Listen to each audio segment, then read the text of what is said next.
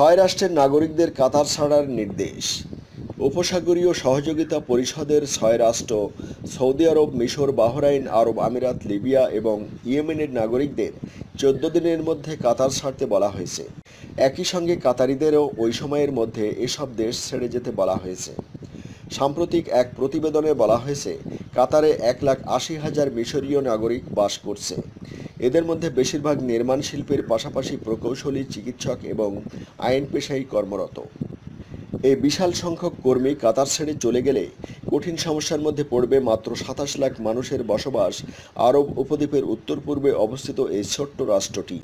এই ৬ দেশের সঙ্গে কূটনৈতিক সম্পর্ক ছিন্নের কারণে সীমান্ত বন্ধ হলে খাদ্যদ্রব্যের মতো নির্মাণ উপকরণের দাম বৃদ্ধি পাবে এবং কাজ সময়মতো শেষ করা কঠিন হবে।